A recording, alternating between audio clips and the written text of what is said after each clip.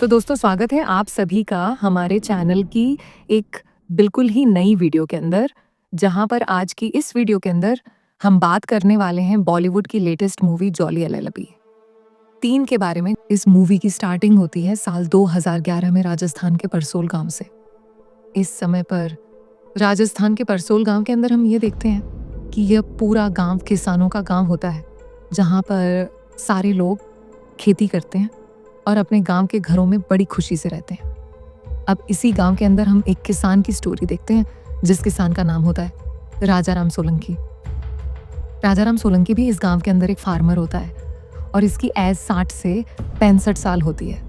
इसके अलावा राजाराम सोलंकी की फैमिली के अंदर उसकी वाइफ होती है और उसके शहीद बेटे की बीवी होती है। हमें पता लगता है कि राजाराम सोलंकी का बेटा कुछ टाइम पहले फौज में नौकरी किया करता था, जहां पर फौज की नौकरी करने के दौरान ही वह शहीद हो गया था। अब क्योंकि राजाराम सोलंकी का इकलौता बेटा मर गया था एंड वो काफी गरीब भी था, इसीलिए राजाराम सोलंकी अपने घर को चलाने के लिए अपने बचे कुच्चे जमीन को एक जमींदार के पास गिरवी रख देता है और वह जमींदार से यह डील करता है कि वो जैसे उधार के पैसे चुकाएगा वैसे ही वो उससे अपनी जमीन वापस ले लेगा। लेकिन दोस्तों, हम यह देखते हैं कि राजाराम सोलंकी जिस जमींदार को अपनी जमीन देता है, वह जमींदार एक काफी लालची और बुरा इंसान होता है।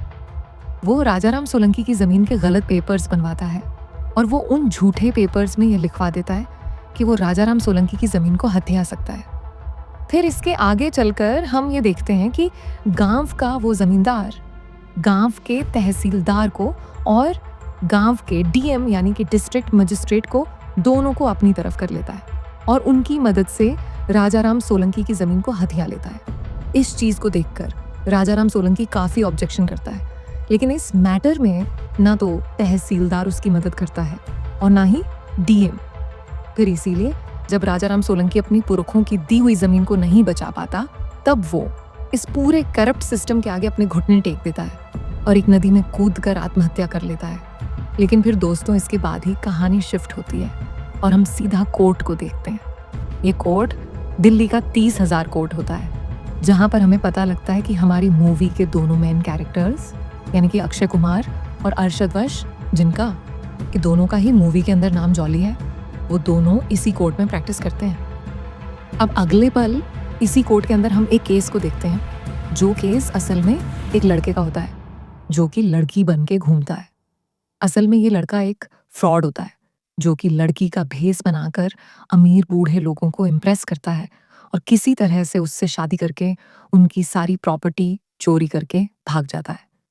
इस बार भी इस लड़के ने एक लड़की बनकर एक बूढ़े इंसान के साथ शादी कर ली थी, लेकिन समय रहते इस बूढ़े इंसान के साथ साथ उसकी पूरी फैमिली को उसका राज पता लग जाता है, जिसके बाद ही वो लोग उसके ऊपर कोर्ट केस कर देते हैं। हम ये देखते हैं कि उस लड़के का जो केस होता है, बस ये वो अक्षय कुमार देखता है, यानी कि जॉली 2। और यहाँ पर जॉली 2 यानी कि अक्षय कुमार बड़े आराम से इस लड़के को बेल दिलवा देता है और उसे जेल जाने से बचा लेता है। हमें पता लगता है कि यह केस असल में जॉली 1 का था, यानी कि अरशद वारसी का। लेकिन अब क्योंकि अरशद वारसी कोर्ट पहुंचने में लेट हो गया था, इसीलिए अक्षय कुमार ने अपने जॉली नाम का फायदा उठाया और वो इस क्लाइंट का वकील बनके कोर्ट में आ गया। जिसके बाद इस कोर्ट को बेल दिलाने के बाद उसने इससे पैसे भी ले लिए।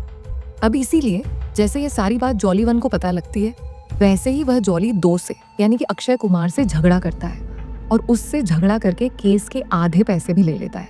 ये जो मूवी है यानी कि जॉली एलएलबी 3, ये बेसिकली एक कॉमेडी मूवी भी है और इसीलिए मूवी के इन्हीं सारे सीन्स के अंदर काफ़ी सारी कॉमेडी है। बाकी दोस्तों, इसके बाद ही हम इन दोनों जॉली की लाइफ भी देखते हैं, जहाँ पर हमें पता लगता है कि जॉली 1 यानी कि अरशद वारसी की अब शादी हो चुकी है और साथ ही साथ उसकी फैमिली में अब उसकी एक छोटी बेटी भी है। इसके साथ ही जॉली 2 की भी अपनी फैमिली सेटल है एंड वो भी अपनी वाइफ के साथ काफ़ी खुश है। अब दोस्तों, सारी चीज़ें काफ़ी शांति से चल रही होती हैं, लेकिन फिर एक दिन हम ये देखते हैं कि राजस्थान के जिस गांव से राजाराम सोलंकी था, यानी कि राजस्थान के परसोल गांव से, उसी गांव से काफ़ी सारे किसान पैदल चलते हुए दिल्ली आते हैं और दिल्ली आकर हड़ताल के जरिए अपनी मांगे रखते हैं। जब ऐसा करके इन किसानों को कोई भी फायदा नहीं होता, तब इन सारे किसानों की मुलाकात एक एनजीओ से होती है, जो एनजीओ एक्चुअल में गरीब इंसानों की हेल्प करता है। इसी एनजीओ से जॉली वन की यानी कि अरशद वारसी की वाइफ भी जुड़ी होती है, क्योंकि जॉली वन की वाइफ को भी अच्छे काम करना काफ़ी पसंद होता है। यही जॉली वन की वाइफ इन्हीं सारे किसानों में से एक लेडी से मिलती है, जो लेडी एक्चुअल में राजाराम सोलंकी की वाइफ होती है, एंड इनका नाम होता है जानकी राजाराम। जानकी राजाराम को मूवी के अंदर जानकी अम्मा कहा गया है। जॉली वन की वाइफ जानकी अम्मा से मिलकर उनकी पूरी स्टोरी जानती है कि किस तरह से उनके हस्बैंड राजाराम सोलंकी की ज़मीन को हड़पा गया और किस तरह से उस गम में राजाराम सोलंकी ने सुसाइड कर लिया। जानकी अम्मा की पूरी स्टोरी को जानने के बाद जॉली वन की वाइफ उसे अपने हस्बैंड से मिलवाती है और वो अपने हस्बैंड से यानी कि जॉली वन से कहती है कि प्लीज तुम जानकी अम्मा का केस लड़ लो। जॉली वन वैसे तो एक अच्छा इंसान था, लेकिन वो ये जानता था कि उसे जानकी अम्मा का केस लड़ने के कोई पैसे नहीं मिलेंगे और इसीलिए वह जानकी अम्मा का केस लड़ने के लिए आनाकानी करता है। वो उन्हें बहाने से जॉली टू के पास भेज देता है, वो भी यह बोलकर कि असली जॉली वो है। लेकिन फिर इसके बाद जानकी अम्मा जैसे ही जॉली टू के पास पहुंचती है यानी कि अक्षय कुमार के पास, वैसे ही वह बड़ी होशियारी से जानकी अम्मा को जॉली वन के घर तक ले जाता है, जिसके बाद जॉली वन को यानी कि अरशद वारसी को ना चाहते हुए भी जानकी अम्मा का केस लेना पड़ता है। जॉली वन जानकी अम्मा का केस लेकर कोर्ट में जाता है और उनकी तरफ से कोर्ट में पिटीशन फाइल करता है। हमें पता लगता है कि ये आक्ता हुए थे कि असल में ये जो केस है ये जानकी अम्मा ने किया है एक बहुत ही बड़ी कंपनी के ऊपर, जिस कंपनी का नाम है imperial group of industries. Court के अंदर हम ये देखते हैं कौन कि कंपनी के डिफेंस में आता है जॉली टू यानी कि अक्षय कुमार, और वो इसीलिए क्योंकि इंपीरियल ग्रुप कंपनी ने जॉली टू को हायर किया होता है। मूवी के अंदर हमें बताया जाता है कि एक्चुअल में इस कंपनी का जो वकील है वो काफ़ी बड़ा लॉयर है, एक ऐसा लॉयर जो कि हाई कोर्ट और सुप्रीम कोर्ट के केसेस देखता है। और उस लॉयर को मूवी के अंदर प्ले किया है एक्टर से शांताराम कपूर ने। ये बड़ा लॉयर इस टाइम पर लंदन में होता है और लंदन में वह इंडिया से भागे हुए एक बहुत ही बड़े बिजनेसमैन का केस हैंडल कर रहा होता है, जिसका नाम होता है वीएम। चूंकि इस कंपनी का ये बड़ा वकील लंदन में वीएम का केस देख रहा होता है, इसलिए जल्दीबाजी में ये कंपनी जॉली दो को अपना केस देती है। हम ये देखते हैं कि कोर्ट के अंदर जॉली वन और जॉली दो आपस में एक दूसरे से केस लड़ना स्टार्ट करते हैं। सबसे ख़ास बात तो ये होती है कि इनके इस केस का जज भी और कोई नहीं बल्कि सुंदरलाल त्रिपाठी होता है। इस केस के स्टार्ट होते ही हम ये देखते हैं कि इस कंपनी ने काफ़ी सारे सबूतों को घुमा फिरा दिया होता है। इसीलिए जब जॉली वन कोर्ट के अंदर जानकी अम्मा की पिटीशन को रखता है और जज से ये मांग करता है कि उनके केस को फाइल किया जाए, तब जॉली दो यानी कि अक्षय कुमार बड़े आराम से इस केस को खारिज करवा देता है। इस ऑर्डर को सुनने के बाद जॉली टू काफ़ी खुश होता है और वह सीधा जाकर कंपनी के एक सीनियर मेंबर से मिलता है जिसका नाम होता है श्रीवास्तव। जॉली टू उससे अपने पैसे मांगता है, 25,000 रुपए की फीस। इस टाइम पर जॉली दो श्रीवास्तव से मिलने के लिए इंपीरियल कंपनी के मालिक के घर आया होता है। इस पार्टी को ऑर्गेनाइज किया होता है इंपीरियल कंपनी के मालिक हरी भाई खैतान नदलाट ने। जॉली दो जैसे ही हरी भाई खैतान को देखता है, वैसे ही वो श्रीवास्तव से ये बोलता है कि वो उसे हरी भाई खैतान से मिलवा दे। श्रीवास्तव जॉली दो से कहता है कि हरी भाई खैतान एक बहुत बड़े आदमी है और जॉली दो उनसे डायरेक्टली नहीं मिल पाएगा। लेकिन तभी हम ये देखते हैं कि हरी भाई खैतान खुद ही उन दोनों के पास जाते हैं और वह सीधा जॉली टू से बात करते हैं। जॉली टू हरी भाई खैतान से अपनी फीस मांग लेता है, लेकिन वो हरी भाई खैतान को फीस 25,000 रुपये नहीं बल्कि 5 लाख रुपए बताता है। उसके यह बोलते ही हरी भाई खैतान उसे 5 लाख रुपए दे देता है और वो जॉली दो को अपनी कंपनी के मेन वकीलों में हायर कर लेता है। हरी भाई खैतान को जॉली टू की ये क्वालिटी अच्छी लगती है। वह जॉली टू को अपनी कंपनी के अंदर एक बड़ा लॉयर हायर करता है एंड वो जॉली टू से कहता है कि वो उसे पर डे के 5 लाख रुपए देगा। जॉली टू को भी ऑफर अच्छा लगता है, इसीलिए वो उसकी बात मान लेता है। जॉली टू बड़ी खुशी से अपने घर आता है। तब वह ये देखता है कि उसके घर के बाहर जानकी अम्मा बैठी हैं, जो कि इस टाइम पर काफ़ी ज़्यादा गुस्से में और काफ़ी ज़्यादा उदास होती है। जानकी अम्मा को बहुत ज़्यादा गुस्सा आ रहा था और बुरा भी लगा था कि जॉली 2 ने कोर्ट में उसकी केस को फाइल भी नहीं होने दिया और उसने बड़े आराम से उसकी लगाई हुई पिटीशन को खारिज करवा दिया। जानकी अम्मा जॉली 2 को अपनी स्टोरी बताना स्टार्ट करती है। वो बताती है कि आज से कई समय पहले हमारे छोटे से परसोल गांव के अंदर हरी भाई खैतान ने अपने इंपीरियल कंपनी के साथ कदम रखा था। वो हमारे गांव की ज़मीन के ऊपर एक बहुत ही बड़ा प्रोजेक्ट बनाना चाहता था, जिसमें वह काफ़ी सारी बड़ी बिल्डिंग्स बनाता, काफ़ी मॉल्स बनाता, यहाँ तक कि रेसिंग कार्स के लिए ट्रैक्स भी बनाता। इस पूरे प्रोजेक्ट को उसने नाम दिया था बीकानेर टू बॉस्टन हंटैग। अपने इस प्रोजेक्ट को पूरा करने के लिए हरी भाई खैतान को किसानों की ज़मीनें चाहिए थी, लेकिन जब उसने ज़मीनें हथियाने की कोशिश की तब किसानों ने उसे साफ मना कर दिया। फिर उसने कई सारे ज़मींदारों का इस्तेमाल किया और उन ज़मींदारों के ज़रिए गांव के लोगों को छोटे मोटे लोन दिए। फिर उन लोगों ने ज़मीनों के फेक कागज़ बनाए और उन फेक कागज़ के दम पे ज़मीनें हड़प ली। इस पूरे काम के अंदर हरी भाई खैतान और उसकी कंपनी ने गांव के तहसीलदार, डीएम और यहाँ तक कि विधायक यानी कि एमएलए को भी अपने साथ में ला लिया। जब राजाराम सोलंकी ने इन सब का विरोध किया तब उन सब ने मिलकर उनकी आवाज़ को दबा दिया। जब पुरखों की ज़मीन छिन गई तब राजाराम सोलंकी ने गम में आकर आत्महत्या कर लिया। राजाराम सोलंकी के आत्महत्या करने की वजह से सारे मीडिया उनके पास आ गए और यह पूरा मामला न्यूज़ में आने लगा। ये सारी चीज़ें देखकर हरी खैतान को लगा कि शायद से उनका ये सच बाहर आ सकता है। इसीलिए उसके बाद हरी भाई खैतान जानकी अम्मा के पास आया और उसने उन्हें 10 लाख रुपए का चेक देने की कोशिश की ताकि वे लोग शांत हो जाएं और हरी भाई खैतान पूरे मीडिया के सामने एक हीरो बन जाए। लेकिन जानकी अम्मा ने उसका चेक फाड़ दिया। यह चीज़ हरी भाई खैतान से बर्दाश्त नहीं हुई और इसीलिए उसने गांव में और मीडिया के सामने यह बात फैला दी कि राजाराम सोलंकी का उनकी बहू के साथ ही अफेयर चल रहा था। जब ये गलत बातें मीडिया में आ गई तब इस गम में आकर जानकी अम्मा की बहू ने भी सुसाइड कर लिया। जानकी अम्मा की लाइफ का सिर्फ एक ही लक्ष्य है, हरी भाई खैतान से सारे किसानों की जमीन वापस दिलवाना और अपने पति और अपनी बहू को इंसाफ दिलवाना। जॉली 2 जानकी अम्मा की इस पूरी स्टोरी को सुनता है तो वह बहुत ज्यादा इमोशनल हो जाता है और वो हरी भाई खैतान की सारी सच्चाई जान जाता है। जॉली 2 पूरी तरह से अपना ही मन बना लेता है कि अब वह जानकी अम्मा का केस लड़ेगा और हरी भाई खैतान से उन्हें इंसाफ दिलवाएगा। इसी बीच जॉली 1 की वाइफ भी अपने पति को जानकी अम्मा की पूरी स्टोरी बताती है, जिसके बाद जॉली 1 भी इस बात को लेकर एग्री हो जाता है कि वो भी जानकी अम्मा का केस लड़ेगा। इसके बाद ही जॉली 1 और जॉली 2 दोनों ही जानकी अम्मा से मिलने के लिए सीधा रेलवे स्टेशन आते हैं। वे दोनों ही उनका केस लड़ने के लिए कहते हैं, लेकिन अब क्योंकि सेम टाइम पर वो दोनों वहां पर पहुंच गए थे, इसीलिए वो आपस में बहस करने लगते हैं कि जानकी अम्मा का केस कौन लड़ेगा।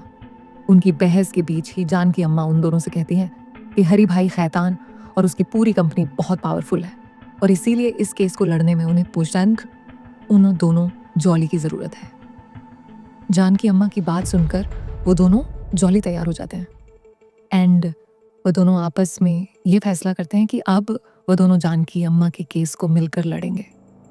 जॉली 1 और जॉली 2 दोनों ही नोटिस करते हैं कि जानकी अम्मा के गांव परसोल के अंदर इंस्टेबिलिटी काफ़ी ज़्यादा बढ़ चुकी है। सारे गांव वाले जानकी अम्मा के सपोर्ट में आने लगते हैं। उन्हीं फार्मर्स को सपोर्ट करने के लिए जॉली 1 जॉली 2 दोनों मिलकर जानकी अम्मा के साथ गांव जाते हैं। हरी भाई खैतान जो होता है वो ये ऑर्डर्स देता है कि किसी भी तरह गांव की ज़मीन को खाली करवाया जाए। हरी खैतान के ऑर्डर्स पर एमएलए, तहसीलदार और डीएम तीनों मिलकर परसोल गांव के अंदर बहुत सारी फोर्सेस लेकर आते हैं। जॉली 1 और जॉली 2 दोनों सारे गांव वालों से कहते हैं कि वो लोग इन सभी फोर्सेस से लड़ने की कोशिश ना करें, बल्कि वो सिंपली अपने फ़ोन निकालें और उसमें रिकॉर्डिंग स्टार्ट करें। रिकॉर्डिंग के डर से डीएम कुछ भी नहीं करता है, क्योंकि किसानों के शांतिप्रिय धरने पर अटैक करना कानूनी रूप से लीगल नहीं है। लेकिन गांव का एमएलए फ़ायदा उठाता है और वो बेसिकली एक शार्प शूटर को पकड़ता है एंड उसके ज़रिए वो डीएम पर गोली चलवा देता है। डीएम को गोली लगने के बाद एमएलए सारी फोर्सेस को गांव वालों पर छोड़ देता है जिसके बाद पूरे गांव को खाली करवा दिया जाता है। इन्हीं सारी झड़प के बीच जॉली वन भी काफी ज्यादा घायल हो जाता है और इसीलिए जॉली वन को भी उसी हॉस्पिटल में भर्ती किया जाता है जिसके अंदर डीएम का इलाज होता है। गोली लगने के बाद भी डीएम की जान बच जाती है और जॉली वन का भी इलाज अच्छे से हो जाता है। इसके बाद ही जॉली वन और जॉली टू दोनों जानकी अम्मा का केस लड़ने के लिए सीधा कोर्ट में आते हैं। हरी भाई खैतान का वो बड़ा वाला लॉयर यानी कि राम कपूर भी लंदन से वापस आ गया होता है। लॉयर राम कपूर कोर्ट के अंदर काफी बड़ी बड़ी स्टेटमेंट्स देता है और वो सिंपली कोर्ट के अंदर ये बोलता है कि अगर हमें अपने देश की तरक्की करनी है तो हमें इंफ्रास्ट्रक्चर पर ध्यान देना होगा और इसीलिए हमें हरी भाई खैतान जैसे लोगों का शुक्रिया करना चाहिए जो कि परसोल जैसे बंजर गांव के ऊपर इतनी अच्छी अच्छी चीजें बना रहे हैं। इसके बाद ही जॉली वन और जॉली टू इन सारी दलीलों को खारिज करते हैं और वो बारी बारी करके हरी भाई खैतान एंड उसकी कंपनी इंपीरियल ग्रुप की सारी सच्चाई बाहर लेकर आते हैं। ये दोनों जॉली मिलकर कोर्ट के अंदर ये बातें साबित कर देते हैं कि हरी भाई खैतान एंड उसकी कंपनी ने काफ़ी सिस्टमेटिक तरीके से पूरे गांव वालों के सारे लोगों की ज़मीन एक्वायर कर ली है। वे बताते हैं कि हरी भाई खैतान और उसकी कंपनी सबसे पहले गांव के अंदर सर्वे करती है। सर्वे से उन्हें ये पता लग जाता है कि गांव की किसी फैमिली को अपनी बेटी की शादी के लिए पैसा चाहिए, किसी को अपने बेटे की जॉब लगाने के लिए पैसा चाहिए, तो काफ़ी सारे लोगों को तो खाने पीने के लिए पैसा चाहिए।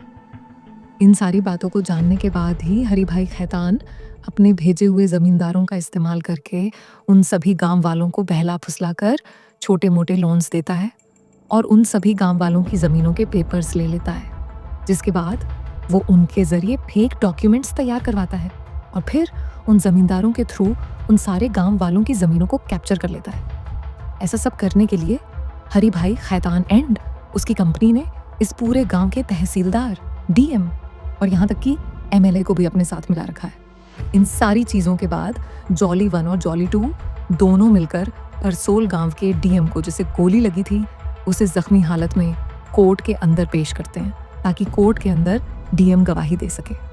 डीएम कोर्ट के अंदर बताता है कि हरी भाई खैतान एंड उसकी कंपनी ने हम सभी को ब्राइब दिया था यानी कि रिश्वत, और इसीलिए उन्होंने उनके साथ मिलकर सारे गांव वालों की ज़मीनों को हड़पा और सारी ज़मीन हरी भाई खैतान की कंपनी को दे दिया है।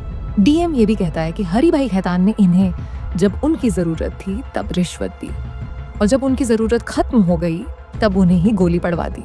इसके बाद ही जॉली वन और जॉली टू इस बात को भी साबित कर देते हैं कि डीएम को गोली मारने के पीछे भी हरी भाई खैतान का ही हाथ था। डीएम को जो गोली लगी होती है वो गोली उस रजिस्टर्ड गन से चली होती है जो गन एमएलए के पास होती है और एमएलए ने ये सब हरी भाई खैतान एंड उसकी कंपनी के कहने पर किया होता है। अरशद वारसी कोर्ट को ये बताता है कि जिस तरह से परसोल गांव के अंदर हरी भाई खैतान और उसकी कंपनी एक बहुत बड़ा प्रोजेक्ट कर रही है, बिल्कुल वैसे ही दिल्ली शहर के अंदर भी सरकार काफी बड़े प्रोजेक्ट को कर रही है। जहां पर सरकार को वो चीजें बनानी है उन जगहों पर काफी सारे लोगों के घर आ रहे हैं। जॉली वन एक घर की फोटो दिखाता है जो घर असल में हरी भाई खैतान का होता है। वह कोर्ट के अंदर हरी भाई खैतान से पूछता है कि क्या वो देश को आगे बढ़ाने में सरकार को अपना घर और अपनी जमीन देगा। हरी भाई खैतान इस बात के लिए मना कर देता है और वो अपने घर की तस्वीर को फाड़ देता है। फिर इसके बाद ही जॉली वन हरी भाई खैतान एंड उसकी कंपनी के लिए फेक रिपोर्ट्स तैयार करने वाले आदमी का घर दिखाता है और लॉयर का घर दिखाता है और उनसे भी पूछता है कि क्या वे अपना घर देंगे। वे भी मना कर देते हैं।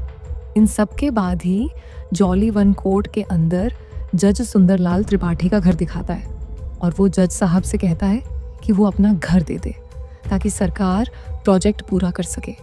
जज भी ऐसा करने से मना कर देता है और वो कहता है कि ये मेरा घर है इसलिए मेरी मर्जी चलेगी और कोई भी दूसरा मुझे अपना घर देने के लिए बाध्य नहीं कर सकता है। जज की इस बात को सुनते ही जॉली वन कोर्ट में कहता है कि जज साहब यही तो हमारा पूरा केस है।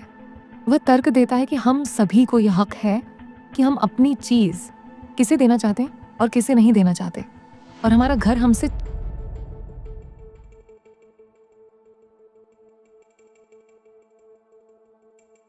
छीनने का अधिकार सरकार को भी नहीं है।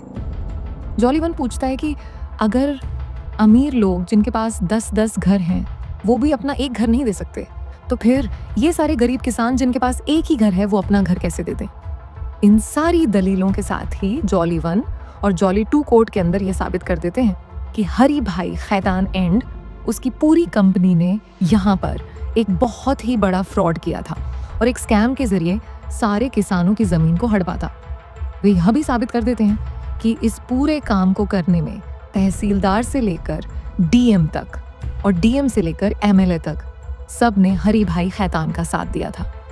फिर इसीलिए इसके बाद ही जज ये फैसला देता है कि सारे किसानों को उनकी ज़मीनें वापस की जाए एंड हरी भाई खैतान और उसकी कंपनी पर सख्त से सख्त कार्यवाही की जाए। और फिर दोस्तों, इस पूरे फैसले के साथ ही इस पूरी मूवी का द एंड हो जाता है। सो दोस्तों, अगर आपको इस मूवी की स्टोरी और हमारी ये वीडियो पसंद आई हो तो आप वीडियो को लाइक करना, कमेंट्स में मुझे इस बारे में ज़रूर बताना, वीडियो को ज़्यादा से ज़्यादा शेयर भी करना।